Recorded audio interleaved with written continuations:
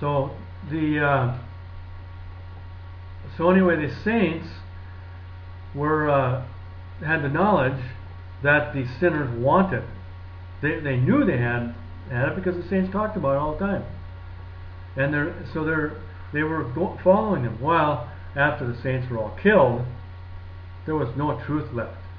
There's nobody around to say, "Hey, you sinners, you're going the wrong direction. These Romans are messing with you. You know, they're telling you can go to church there in their pagan churches.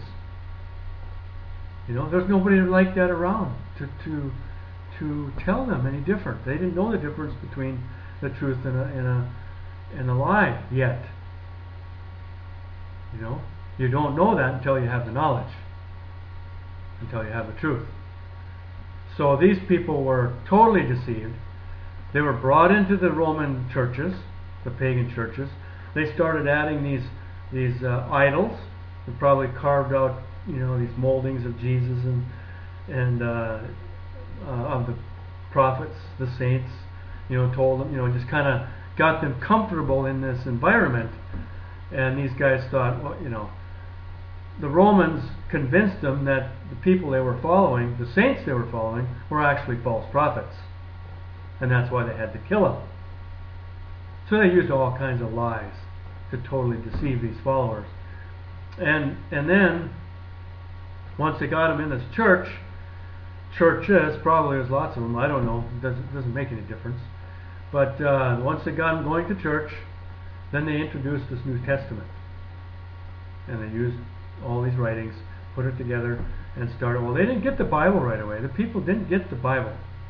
It was just that the priests, the Vatican, all these people had these scriptures, they call them, there, and that they taught the followers from these scriptures, telling them that these were real holy scriptures. Nobody could have them.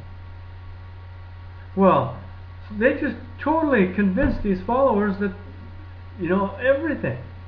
They called them Christians. They said this new movement was Christianity. There was no such thing when the saints were operating. They didn't call themselves anything. They were like me. They just had a name. And they just went around preaching the gospel. They never said, "Oh, join the club." There was no club except except God, except the knowledge. That's all it was. But these Romans totally convinced these followers there was some kind of group there. And then that's when they got roped into going to church. And then they called them the Roman Catholic Church. And from that moment on, not one Christian has ever known the truth. Not one. If they did have, they would have been known as Jesus. They would have been known like me. They would have preached the gospel until they were killed, martyred. And even if there were a few, they would have been killed. Nobody probably would have. You know what I'm saying? These Roman Catholics were vicious people. The Vatican was. And anybody that went against their teachings were killed. I mean killed. They didn't just put them out of the church. They didn't do that till later on. They were tortured to get them to get back in line with their belief, or they were killed. They had no choice. I mean, the Roman Catholics went out into different countries, like the South America, into America. You know, the Spaniards especially. I mean, they were really industrious people, and they, you know, had all these boats built. They went out and conquered in the name of their gods, I should say. They're gods of greed, envy, you see, gluttony, all those sins, and the lust of life. They conquered land after land and people after people. They enslaved the people to dig mines and do all this stuff to get their gold, and it was terrible. That's not God at all. Absolutely nothing to do with God. The Babylonians did that. The Greeks, all those nations did that. Nation building, we call it. That's exactly what the United States is doing. The United States is a pagan worshipping conqueror of the world. That's all it is. There's no truth whatsoever in the United States. Now, I'm from the United States. And I tell you what, I'm glad Spain's no better, but I'm glad I'm away from there, because it makes me sick to think that I was a part of that. Makes me sick. I worked for a billionaire. You know what they think? You know how they think? They think they own the world. They think everybody owes them a living because of what they are. Now, I talk a lot about the rich, and I can't, because God knows what they're like, and I personally know what they're like. Not only are they greedy, it's everything. Everything. They just think that somebody should work for them for free, just for the honor of working for them. They elevate themselves so high that nobody can touch them. But then religious people do the same thing. And a lot of them are wealthy.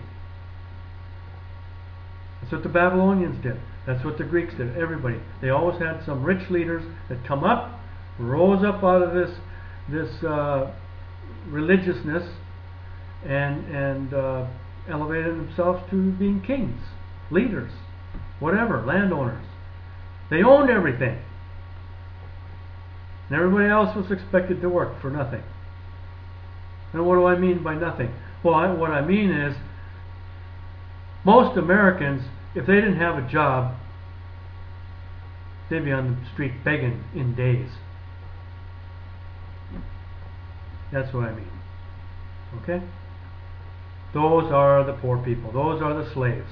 They have to work for other people just to live, just to eat, to have a fancy meal once a year. Okay? Well, I saw people having fancy meals catered in every single night. That's to me, is sick. You know, it's just this world of good and evil, and that's what it is, good and evil. Some have, some don't. Some are into crime, some are into being president. But they're all the same. They're all sinners. Nothing changes. No one's better than another. And that's why God said, do not judge each other. Because He knows that He's in all of us. He knows where we're all going. He knows that we're all going to get new bodies in paradise after these bodies die. And all I am is one of those bodies that are going to die. And all I am is for God to be able to speak to people and tell them that paradise is coming, and that we're all going to be living for eternity in God with a new body.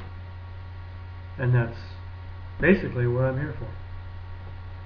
And to, of course, to speak the prophecies to make it happen. The Word is that powerful. I don't see that. You don't see that. We don't understand that. But the spoken Word has to be spoken in order for us to live, for all this to happen. It's like the motor in a car. You know, without the gas in the motor, the car would sit there dead. So that's what the Word's all about. Thank you. I just want to take a moment to talk some more, and I'll talk to you later. Bye.